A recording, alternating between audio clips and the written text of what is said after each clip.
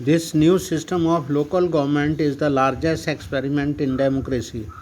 तो ये जो लोकल गवर्नमेंट वाला सिस्टम है, जो पंचायती राज का सिस्टम है, वो एक बड़े लेवल पे डेमोक्रेसी का बहुत बड़ा एक एक्सपेरिमेंट है, conducted anywhere in the world. दुनिया में कहीं भी होने वाला जो भारत में हुआ है, सबसे बड़ा ये प्रोजेक्ट है। There are now about 36 lakh elected representatives in the panchayat. अब लगभग, पुरानी फिक्र होगी, हमारे देश में लगभग 36 लाख लोग हैं जो पंचायत के प्रतिनिधि हैं, and municipalities etcetera all over the country, सारे देश में। This number is bigger than the population of many countries. तो ये बहुत सारे देशों से ज़्यादा लोगों की पॉपुलेशन से भी ज़्यादा है।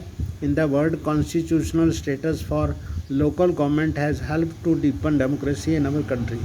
इससे हमारे देश में जो हमारे देश का संविधानिक ढांचा है, उसके हिसाब से ये जो डेमोक्रेसी है हमारे देश में और ज़्यादा जड़ें पकड़ रही है। It has also increased women's representation and voice in our democracy. इससे भारत की लोकतंत्र में औरतों की आवाज़ भी ज़्यादा बढ़ गई है। At the same time there are many difficulties. इसमें हमारी कुछ बहुत ज़्यादा समस्याएं भी हैं। While elections are held regularly, जबकि जो चुनाव होते हैं हमेशा लगातार होते हैं, एंड एंथुजियास्टिकली, बड़े जोश से होते हैं। ग्राम sabhas are not held regularly.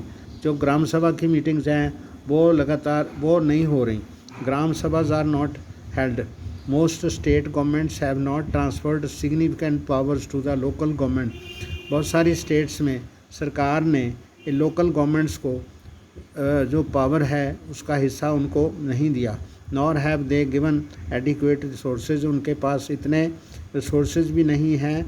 We are thus still a long way for realising the ideal of self government. तो स्वराज की जो भावना महात्मा गांधी जी ने पैदा की थी, तो उससे अभी थोड़ा हम दूर हैं, परंतु फिर भी प्रयत्न इसके जारी हैं और आगे हम बहुत और ज़्यादा कोशिश कर सकते हैं। ये find out about the local government in the village और टाउन यू लिव इन। अगर आप रहते हो, कहाँ रहते हो, तो वहाँ पर गांव में रहते हो या शहर में रहते हो, तो वहाँ पर लोकल गवर्नमेंट की क्या सूरत है आपको देखना चाहिए। If you live in A village, find out the names of the following. आपका पंच कौन है, आपका वार्ड का मेंबर कौन है, आपका सरपंच कौन है, उसका नाम क्या है। योर पंचायत समिति का जो समिति के चेयरपर्सन हैं उसका क्या नाम है। जिला परिषद में कौन प्रधान बना हुआ है। Also find out when did the last meeting of gram sabha takes place. और ये आप देखें कि ग्राम सभा की मीटिंग लास्ट में कब हुई, and how many people took part in that. उसमें कितने लोगों ने हिस्सा लिया। अधिक तौर पर ग्राम सभा की जब मीटिंग कोई बुलाता भी है तो लोग इंटरेस्टेड नहीं होते। तो अगर ज़्यादा करके ये भी होता है कि जो पंचायत के मेंबर हैं, जो लीडर्स हैं, वो भी इस बात पर ध्यान नहीं देते कि हम एक बार, उनको लगता है कि वो एक बार चुने गए हैं, उसके बाद दूसरे लोगों से उनके सलाह लेने से या उनकी राय लेने से इसका कोई मतलब नहीं बनता।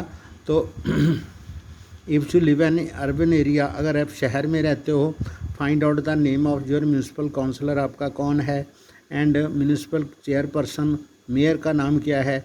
Also find out about the budget of your municipal corporation, के बजट के बारे में कितना प्रावधान है, किस चीज़ के लिए कितना खर्चा रखा गया है। तो ये बातें जो हैं हम न्यूज़पेपर्स में ज़्यादा पढ़ के देख सकते हैं। गांव के बारे में भी सिचुएशन हमें मालूम हो सकती है। Municipality and the major items on which money was spent. तो वो लोग किस मद पे ज़्यादा खर्चा कर रहे हैं। इसमें मैं ये जोड़ना चाहता हूँ कि जलंधर में ये हमारा जो शहर है जलंधर है, उसमें मतलब म्यूनसिपल कॉरपोरेशन है, वहाँ पर म्यूनसिपल काउंसिल है। तो कॉरपोरेशन जो होती है वो इससे बड़े शहरों में होती है। यहाँ पर म्यूनसिपल काउंसिल है तो उसके जो मेंबर्स होते हैं उनको काउंसलर्स कहा जाता है।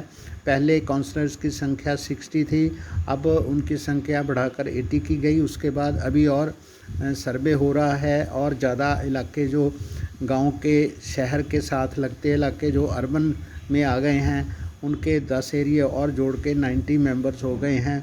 हर एक वार्ड से एक एक मेंबर चुना जाता है और फिर वो जो रूलिंग पार्टी एक होती है जिसके मेंबर ज़्यादा होते हैं वो अपना एक लीडर चुनते हैं, उसको हम मेयर कहते हैं। तो वो लोग सड़कों की सफाई के लिए उन्होंने मशीनें परचेज़ की हैं और शहर में लाइटिंग का प्रबंध किया है। लाइटिंग सारी बदली गई है और सफाई अभियान भी चल रहा है, लेकिन सड़कें जो हैं काफ़ी खस्ता हालत में हैं और कई जगह लाइटों का पॉइंट भी नहीं लगा हुआ। तो ये सारी बातें जो हैं ये आपको मैं आज बता रहा हूँ।